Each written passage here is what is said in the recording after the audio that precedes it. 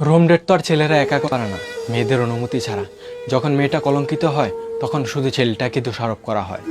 ওড়না ছাড়া pick up দিবা আর কোনো ছেলে বাজে কমেন্ট করলেই পুরো ছেলে জাতিকে দোষ দিবা, তাই না?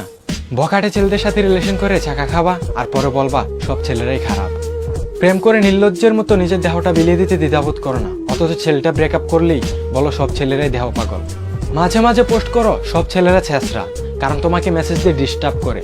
আরে তুমি এত ভালো তো আননোন ছেলেদের রিকোয়েস্ট অ্যাকসেপ্ট করো কেন? তুমি কয়েকজনের সাথে রুম ডেট করবা আর বিয়ের জন্য ভদ্র হাজবেন্ড খুঁজবা। আর কিছু মেয়েরা তো ব্রেকআপের ভয়ে বয়ফ্রেন্ডকে নিজের দেহটা বিলিয়ে দিতেও রাজি হও। আরে যে তোমাকে সত্যিকার ভালোবাসে সে কখনই তোমার দেহ চাইবে না, তোমার কাছ থেকে চাইবে শুধু এক বুক ভালোবাসা। নারী তুমি মায়ের জাত, নিজের সম্মান নিজে রক্ষা করতে শেখো। অহেতুক ভালোবাসার অজুহাতে কোনো ছেলেকে নিজের সবটা দিয়ে কলঙ্কিত করো না। আর ভাইয়াদের উদ্দেশ্যে বলছি, আজ তুমি অন্যের বোনের ইজ্জত নিয়ে ছিনিমিনি খেলছো, কাল অন্য কেউ তোমার বোনের ইজ্জত নিয়ে খেলবে না, তার কি গ্যারান্টি আছে?